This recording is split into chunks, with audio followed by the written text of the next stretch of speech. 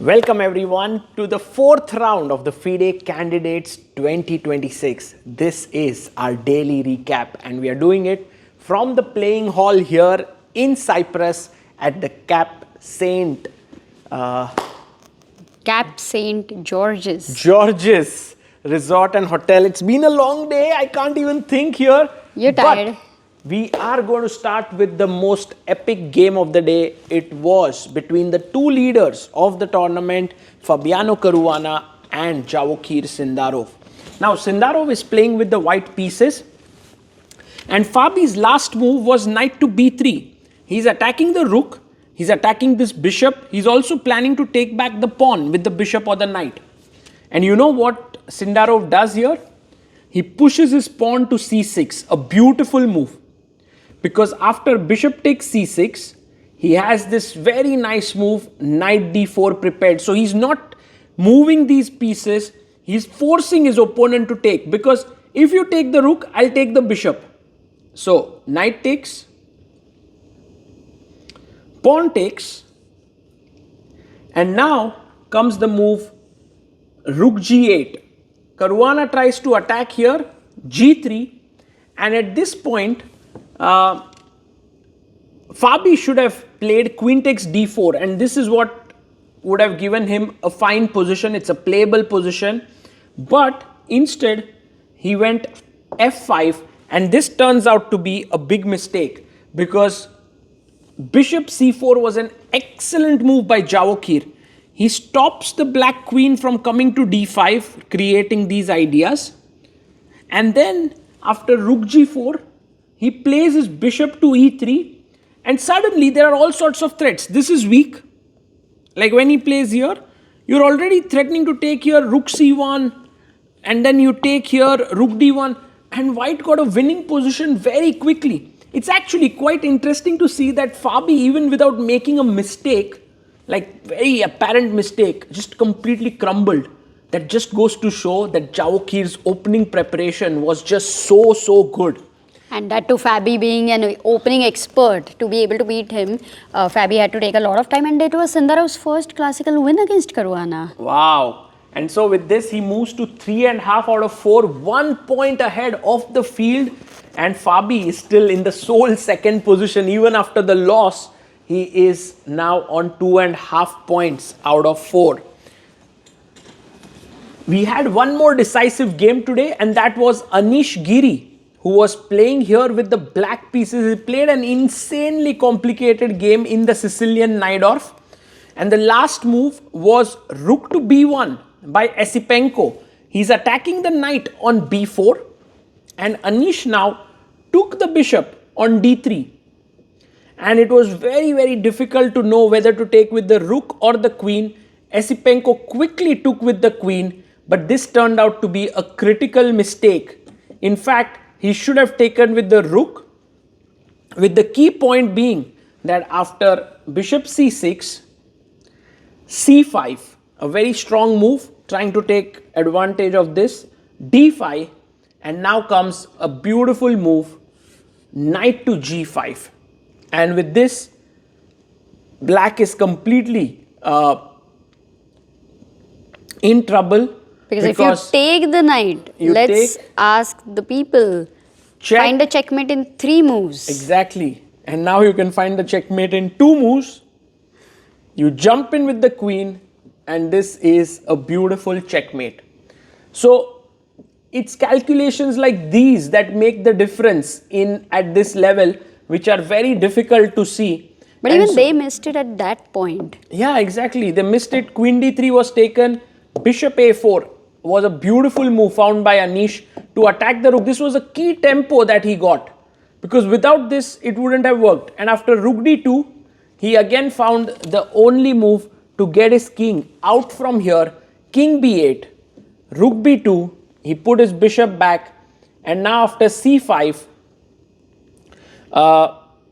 d takes c5, queen takes on a6, trying to checkmate here. Anish again played a beautiful move, queen d5, and everything. You know, the knight is under pressure, this knight is under attack, f3, you go rook c7, you defend, your pawn up, and Anish went on to score a very nice win here Yeah, and bishop a4, that one move changed everything, which was important for Anish. This night of the course is going to be coming after the candidates. Yes, and actually with this, Anish scores his first win here. He moves to 2 points and joins Prag and Matthias Bluebaum, who are also on 2 points. Prag and Matthias had a very solid draw with each other. Nothing much happened in the game. I think it was a good result for Prag because he was black. Matthias has been rock solid here, 4 draws out of 4 games. And now we see another game that was between Hikaru and Wei Yi, which I thought would never make it to this recap because it was completely uninteresting and boring game until this point. But suddenly things became very interesting. Hikaru is black. He takes the queen here. Rook takes. And what is there to even play here is the question. Rook takes b2. Rook takes a6. They should just agree to a draw. But turns out that Hikaru played this move rook c8, which had some bit of venom, threatening a mate here. So h4 was played and he came in with rook c2. Wei Yi played rook g4, defending. In comes the move h5. And now at this point, we were already in time pressure and Wei Yi made this move rook g5, which is still fine. And rook c4 was played. And here came the huge blunder by Wei Yi. You know, he should have maybe kept the position as it is, moved the rooks here, tried to attack the 7th rank. But he played king h2, which turned into a massive mistake. But 2 seconds on the clock. Yeah, with 2 seconds on the clock. Check, king here, and believe it or not, this was a winning position for Hikaru. Because when you have 2 rooks and your pawn up, 3 versus 2 is very dangerous. Just take out these rooks and it's a dead draw. So here with the idea of h4 check and then fixing this as a weakness and putting pressure here, it could become very, very dangerous. In fact, Hikaru was winning, but he couldn't find the right sequence of moves later, which was a bit surprising, but it was not at all easy, and the game ended in a draw. And also, actually, he was also not very sure if it is winning or not, so he wasn't very much in regret, but everybody is waiting for Hikaru's recap to understand the end game. It is so complicated. Yeah, that's the best part about Hikaru, that no matter whether he wins, loses or draws, he always makes a recap, and that just goes to show his love for content creation, for spreading the game, and truly salute to him. We just commentate and get so tired. He's playing and then making recaps. It's incredible. So this was the open section, and now we move to the women's section where Amruta will give us a breakdown of what happened today. And to start from this board, which was Divya versus Zhu Jinner, this was the position. C6 was played and Divya was in trouble against Zhu Jinner, who has been world number 2 by the way. So यहाँ पे rook takes e6 was a very interesting move for Divya. Queen takes e6, यहाँ पे knight f4, and you see there is a pin and there is all the pressure. She was still in trouble, but this was a way to come back in some way.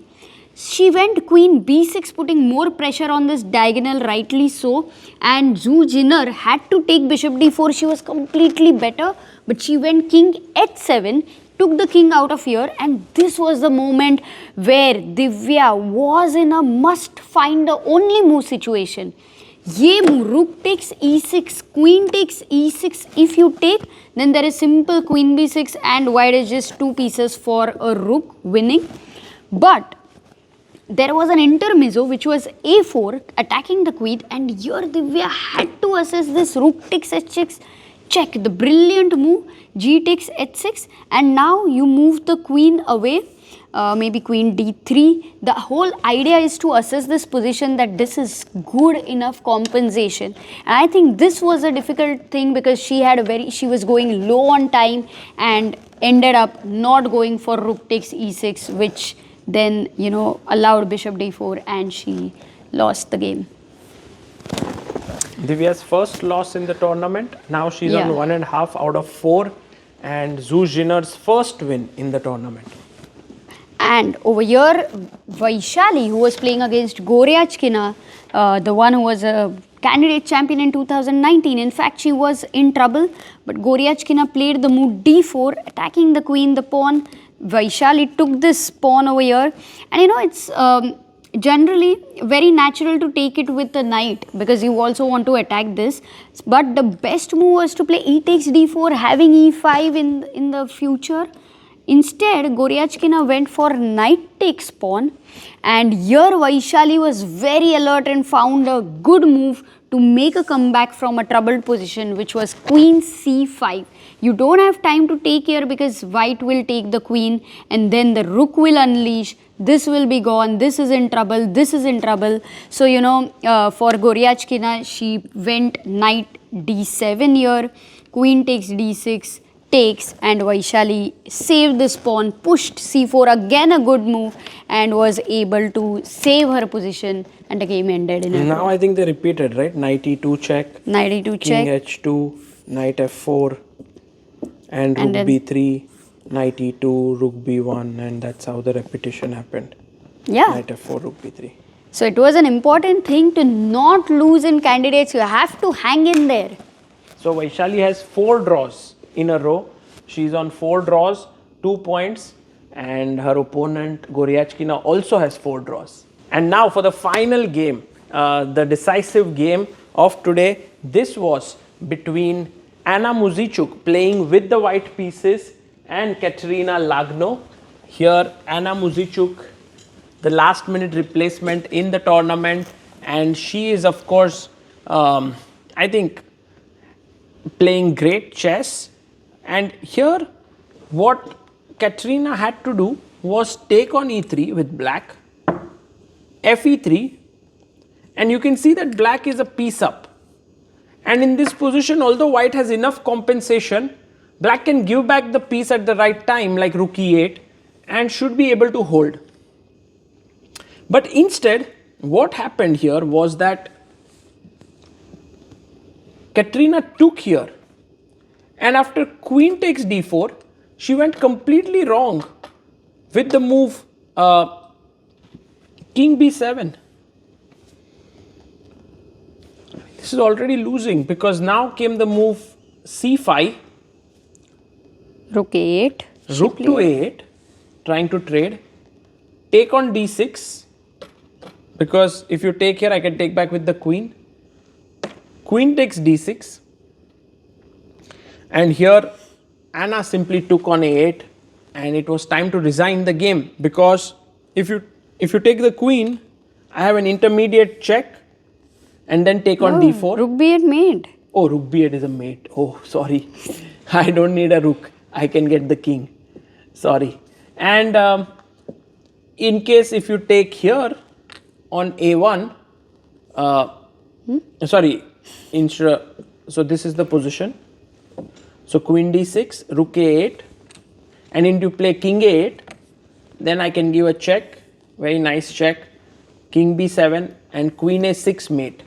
So with this, Anna Muzichuk actually scored a very nice win, and she goes to the top of the leaderboard now. She is leading this tournament with 2.5 points along with Bibisara Asaubayeva, and they both are on 2.5 points. There are players on 2 points as well, and the women's tournament is very closely knit together. While Sindarov is running away ahead in the open, in the women's section it's very, very tight. The 5th round will happen after the rest day. One of the games that we will all be excitedly looking forward to is Javokhir Sindarov versus Hikaru Nakamura. Will Hikaru manage to stop Javokhir? You have to wait and watch. For now, this is Sagar and Amruta signing off. Bye-bye.